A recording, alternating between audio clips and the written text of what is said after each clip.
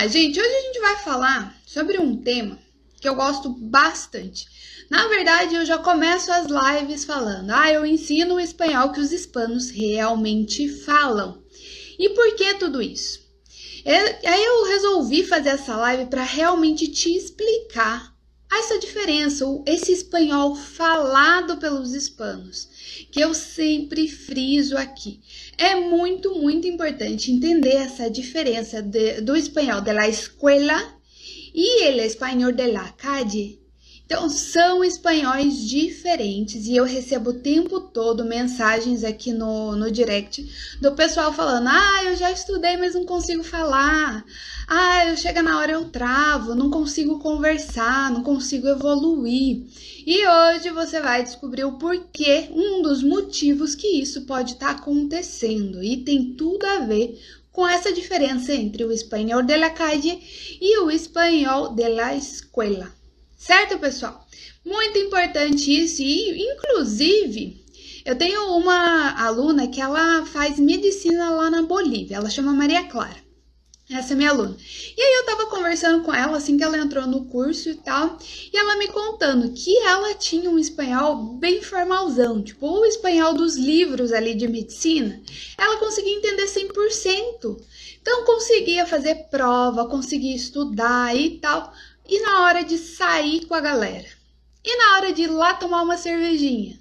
E na hora de viajar para conhecer a Bolívia? Não fluía, não rolava. Ela ficava sempre travada, não conseguia entrosar com o pessoal. Por quê? Porque ela estava com um espanhol muito acadêmico, um espanhol muito de la escuela, e travava ela de realmente conhecer e ter um bom relacionamento durante esse período da faculdade que ela está fazendo lá na Bolívia. E isso acontece demais. Muita gente passa por isso e de não conseguir realmente aproveitar o intercâmbio, de aproveitar a viagem. Não é só porque você vai morar fora. Em viagens que a gente passa o ano inteiro esperando, planejando, sonhando com a viagem, aí você não aproveita o quanto poderia aproveitar porque o espanhol tá ruim, tá fraco, ou tá um espanhol muito de la escuela, certo? Então, pessoal, isso é bem comum, bora entender essa diferença, que é o primeiro passo para você realmente mudar e começar a falar espanhol de verdade, beleza? Então vamos começar aqui. A primeira coisa, eu queria que vocês parassem para pensar no português mesmo. A gente tem muita diferença do nosso português escrito do nosso português falado.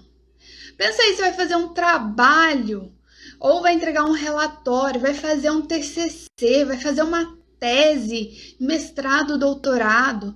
É totalmente diferente o português que você fala aí, com o teu filho, com o teu marido, com os teus amigos. Não tem nada a ver. Me diz aí, quem que realmente fala formal no dia a dia, dentro de casa, com a galera que você conhece? Não funciona. Então, é diferente no português e da mesma maneira é diferente no espanhol. Então, a gente precisa desse... E eu digo que no português a gente acaba precisando muito de mudar, né? De um português para o outro. Do português formalzão, que você vai usar ali no teu trabalho, por exemplo, às vezes nem no trabalho a gente usa. E o português descontraído, o teu português do dia a dia, cheio de brincadeira, cheio de gíria, falando naturalmente, sem se preocupar. E quando a gente está aprendendo uma segunda língua, normalmente você vai usar o espanhol informal, que é esse espanhol de la calle. Muito difícil você realmente precisar de um espanhol formal. Eu precisei, por exemplo, porque eu fiz trabalhos acadêmicos na faculdade quando eu estava morando na Espanha. Precisei de um espanhol formal, mas muito pontual. E a maioria de vocês aqui, tirando o pessoal que está aí fazendo faculdade fora, vocês não vão precisar desse espanhol formal. Vocês precisam com muita urgência do espanhol de la calle. Esse espanhol falado, esse mais realmente solto, um espanhol mais solto. Então, gente, eu quero que vocês entendam bem essa diferença, porque dentro de um ensino tradicional, uma escola bem tradicional, ensino de idioma no geral, não só no espanhol, essa linguagem formal é o que está presente nos teus estudos, está presente no teu dia a dia, nos livros didáticos, naqueles exercícios de preencher coluna, sabe? Conjuga o verbo tener, conjuga o verbo hacer, e você vai lá, yo, tu, ele, blá, blá, blá, e fica lá preenchendo. Essa formalidade, muitas vezes eles não conseguem nem colocar um diálogo real do espanhol dentro desses livros didáticos. E aí, essa forma muito padronizada, sabe? Ensina do mesmo jeito para todo mundo, e sendo que cada um fala de uma forma diferente. Eu falo português do que você, do que o meu marido fala, do que a gente tem a nossa forma individual de se comunicar. E tentar padronizar esse seu segundo idioma ou terceiro, sei lá, se você já fala outros idiomas, mas padronizar o espanhol é muito ruim para você. Muito, muito ruim. Essas frases muito prontas que a gente aprende na escola, elas quase não vão ser úteis para vocês. E aí, muitas vezes, você vai tentar falar um exemplo clássico do clássico. O hola, como está? Cara, é usado o hola, como está? É usado. É o mais usado? É a maneira mais usada de você cumprimentar um hispano? Não é. É difícil eles falarem isso. Eles vão entender? Vão, mas tem N outros. Tanto que eu já fiz um vídeo só disso. E eu citei ali umas 10 formas diferentes de saludar, de dizer um oi, tudo bem, de formas realmente mais originais, mais faladas realmente pelos hispanos. Então isso acontece o tempo todo. Você já consegue imaginar, né? Se você já passa por isso no oi, tudo bem, imagina o restante. Então, isso está presente o tempo inteiro, certo, pessoal? Assim, esse espanhol formalzão, ele não é o mais indicado, mas ele não é de todo ruim no começo. Então, se você realmente não tem uma base, ele vai te ajudar a conhecer uma outra palavra, vai te ajudar a reconhecer os sons, mas você estagna e não fala. É por isso que tanto brasileiro fala, eu até entendo, mas não falo. Eu até entendo, mas não consigo conversar. Eu até entendo, mas não consigo entrar num bate-papo mais intenso, não realmente com o hispano. Porque esse espanhol formalzão você não vai usar nesse bate-papo. Entendeu?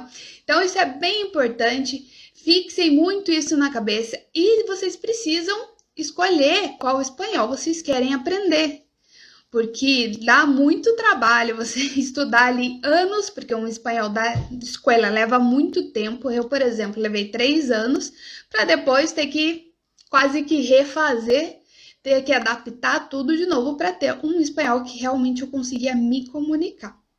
Certo, gente?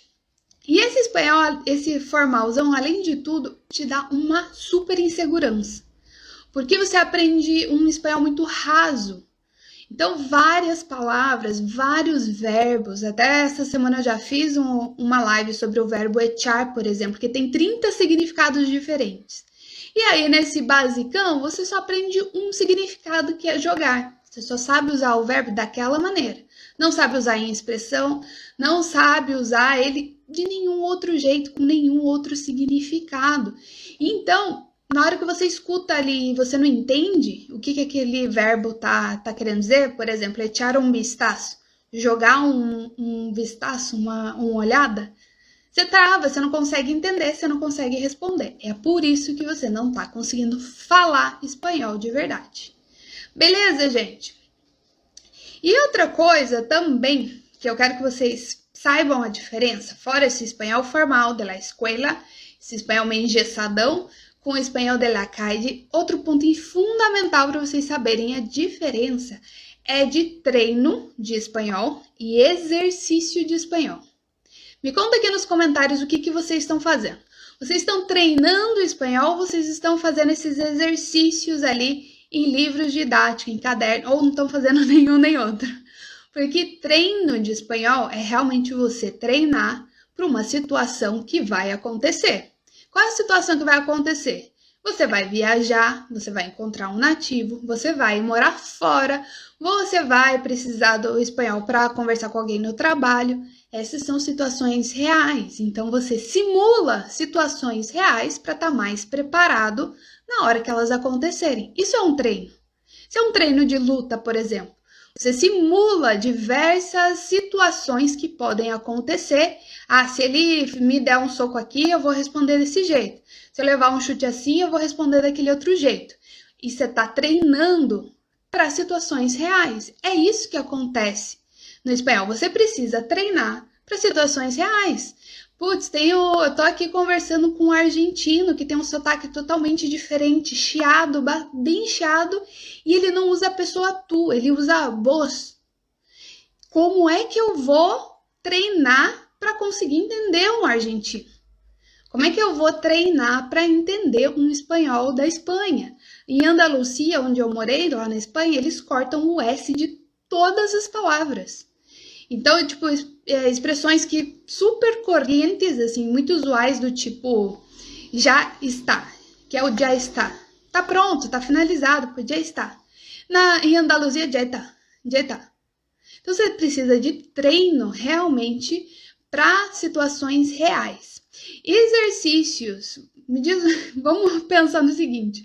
Você está aí fazendo exercício de preencher lacuna, de ligar os pontos, de fazer exercícios dessa maneira. Você vai fazer isso na vida real? Você vai fazer isso durante a tua viagem? Você vai ficar lá conjugando o verbo tener, eu tenho, tu tienes, blá, blá, blá, para depois conseguir responder a pessoa? Não, você não tem tempo para isso. Na hora de conversar, você não tem esse tempo de ficar conjugando todas as pessoas até chegar lá nos outros, por exemplo, que é o que você quer falar. E aí você já perdeu um tempão, não conseguiu responder, a pessoa tá ali do outro lado te olhando com aquela cara impaciente. Porque você está fazendo exercícios, você não está treinando e não está simulando para situações que realmente vão acontecer. Certo? Vocês conseguiram entender a diferença entre treino e exercício? É muito importante que vocês corrijam os estudos de vocês e passem a treinar, simular situações que podem acontecer e que vão acontecer. Certo, gente? E eu queria perguntar para vocês uma coisa bem importante, que eu quero saber de vocês. O que é ter fluência no espanhol para vocês? Pensa um pouquinho. O que é ter fluência para você? O que você precisa ter para chegar e falar para a pessoa, eu sou fluente em espanhol? O que falta? O que você busca para conseguir isso? Me responde aqui nos comentários que eu quero que a gente converse bastante sobre isso, que isso é uma reflexão muito importante, porque esse conceito de fluência num idioma não tem resposta certa ou errada, cada um tem a sua. Fluência para mim é uma coisa, fluência para você é outra. Tudo depende do teu objetivo com o espanhol. A partir do momento que você alcança o teu objetivo, você se torna fluente. Então me conta aqui o que é fluência para você, certo? Eu vou contar para vocês aqui, enquanto vocês vão escrevendo, o que é para mim, meu conceito de fluência, tá? Eu achava que eu era fluente porque eu tinha tirado a nota que eu precisava, na época, uns 5 anos atrás, mais ou menos. Eu fui fazer a prova do DELE, prova de proficiência de espanhol, saquei el C1. Então, eu tirei a nota C1, que é dividida em A1, A2, B1, B2, C1 e C2. E aí, na época que eu estava terminando meu curso, eu tirei o C1, que é o avançado. E aí, ok? Sou fluente, de acordo com o DELE. Mas eu não conseguia me sentir fluente. Tanto que as pessoas me perguntavam, você fala espanhol? Um pouco. E eu tinha já tirado a nota que eu precisava para o intercâmbio e tal. Mas eu não era fluente, eu não me sentia fluente no espanhol. Por quê? Porque quando eu estava conversando, quando eu estava com um nativo na minha frente, era sempre aquela sensação de preocupação. Preciso pensar no que eu estou falando, preciso corrigir a minha pronúncia. Será que eles vão me entender? É sempre aquela tensão. Eu ficava tensa na hora de falar espanhol. Isso para mim não é fluência. Ok, eu tirei a nota na prova? Tirei a nota na prova. Mas toda vez que eu ia falar com alguém, eu ia ter que ficar naquela sofrência. Gente, desde quando isso é fluência? Para mim, ter fluência é poder falar em espanhol muito, mas muito parecido com o que eu falo no português. Da maneira que eu falo no dia a dia. Eu sou uma pessoa que fala muito palavrão e fala muita gíria. Então, eu sabia um espanhol que não era compatível com o meu português e com a minha maneira de expressar. Eu precisava ter uma maneira mais informal, porque eu não sou uma pessoa que fica falando tudo formalzinho, padronizadinho. Eu não falo assim no português. E para mim, falar desse jeito no espanhol era horrível, não me representava. Então, para mim, fluência é quando você fala no espanhol de uma maneira que te represente, que te expresse. Se eu quero fazer uma brincadeira, eu consigo. Eu quero usar uma gíria, eu consigo. Eu quero usar uma expressão, eu quero falar um ditado, eu quero fazer uma gracinha, eu consigo. Eu consigo xingar, eu consigo fazer tudo no espanhol. Para mim, isso é fluência. E eu levei um bom tempo para conseguir chegar nisso. E isso é muito importante que vocês definam o teu objetivo com o espanhol para você descobrir o que é fluência para você. Aí sim a gente consegue andar, porque não adianta ir lá e tirar a nota da prova se você está aí sofrendo para conseguir falar espanhol de verdade. E esse espanhol de la calle é realmente você conseguir se aproximar do teu português. Óbvio, não é tua língua nativa, nunca vai ser igual.